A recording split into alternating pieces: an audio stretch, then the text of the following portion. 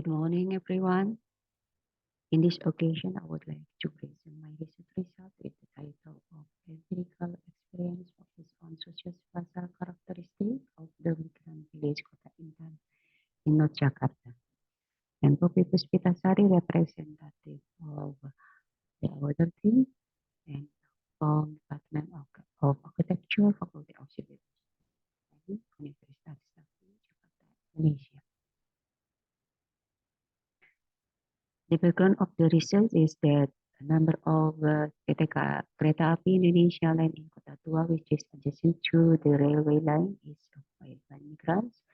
Kota Intan village is one of the villages on the PTK Island, and you know that understanding the characteristics of the Kampung Kota Intan Selatan is necessary for PTKI to revitalize village and land into new function and relocated the village inhabitant to other locations.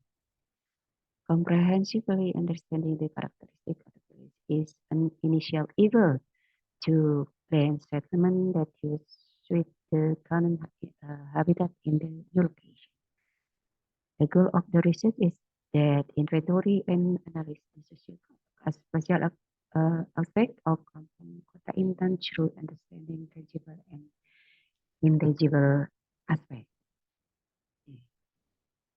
The physical limitation and research substance that the research focus is PTK Island, which is bounded to the south and north by the railway line. The south is Jalan Fisherman and the east is Jalan Sukai. The west is Jalan Tiang Bendera and River. And to the north is Jalan Inner Ring Road. The research focus in the exploration of the physical and non-physical characteristics of the Kampung Kota Intan settlement.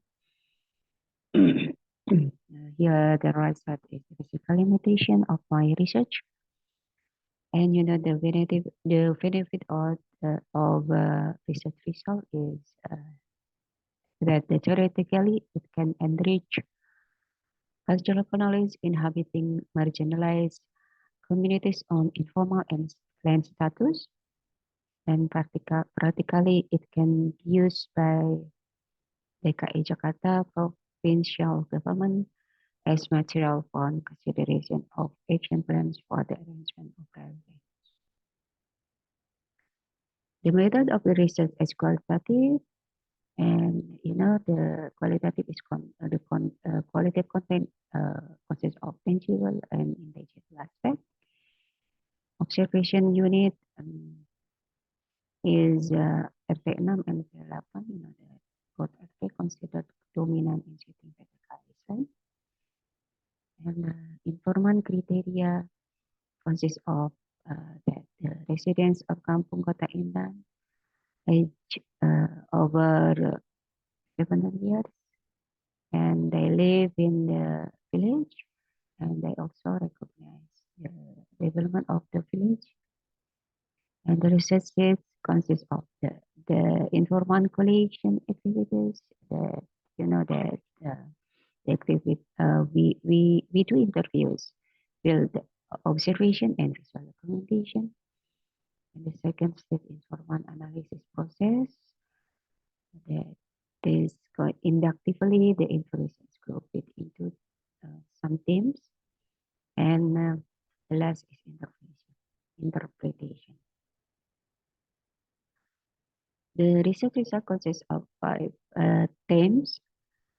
The first theme is physical village that grows organically, and the second is about expansion of private space into public space, and the third is about multifunction room, and the fourth is about space commercialization, and the last is about shared spaces for social interaction.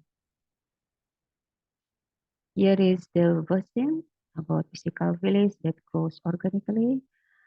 You know that horizontal organic growth of Taman Intan village is identified by unplanned different space, shapes, and size of buildings, uncontrolled expansion of building into public spaces, addition of building in several direction irregularly, addition of building components to the remaining space between buildings.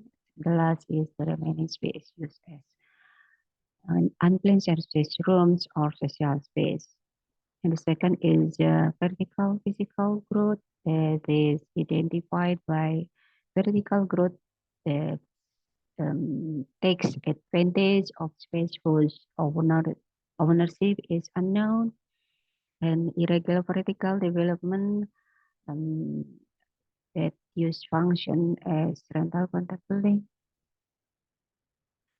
The second theme is about expansion of private space into public space. Expansion of private space over public space identified by expansion of the house, which is side by side with the railroad track. The second floor of the houses is parallel to the surface of the railway line. The ground floor is below the level of the railroad track, and the part of the public space is used for personal needs. And the last is the building extension, and the alley is used for service space and socialization space between. And when we ask some informants, they they said that the reasons and considerations for expanding personal space are related to who come first and live on the land. Those with high economic capacity have the opportunity to buy public space around the building they live in. And the house expansion is effective to this, that the LA circulation is disrupted by personal activities. The village's land area is lower than the railway line area, causing water to flow from the railway line into the village when it rains.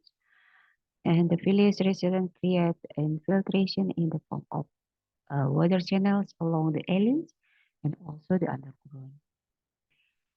It is identified also that the inhabitants have some agreement about whoever comes the first. Then who comes the first is the reference for making the decision, and usage actions are based on negotiation of each individual tolerance to prevent disputes. The the third term of my research is multifunction room. So multi-function room, we see that the residential function combined with the commercial. And to maintain dispute regarding building expansion into public space, the inhabitants do negotiation and personal tolerance. Then, you're in the right side, the photograph of how the multifunction room exists. The fourth theme is space commercialization. And the space commercialization exists at the outermost zone adjacent to the railroad function as a rental house of houses. And rental building owners are associated with high economic status and long tenure.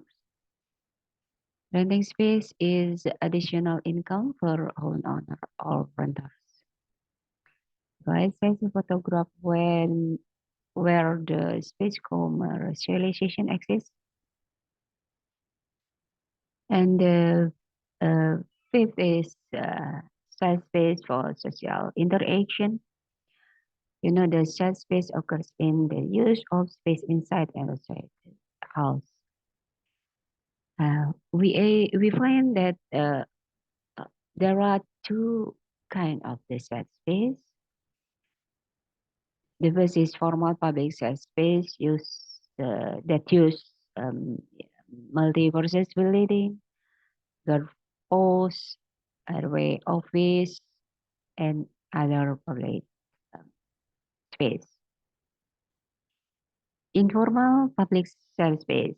Choose the area next to the microbus parking lot and uh, also use the alley space that that is used for social activities, including for weddings or renting buildings, also the village, and the corridors also along rental residents use as the site space. It is our conclusion. The first conclusion is that village growth is sporadic, related to the length of residence and also relate to economic status and investment motivation. And occupancy is based on who come the first historically, inheritance status, and economic ability and the motivation to work in Jakarta is also the background of the occupancy. The expansion of the building moves in all directions based on the principle of agreement and attitudes of tolerance and convention with the awareness of mutual needs. The living space is multifunctional inside and outside the residence related to economic needs of the inhabitants. That's all of my presentation. Good morning.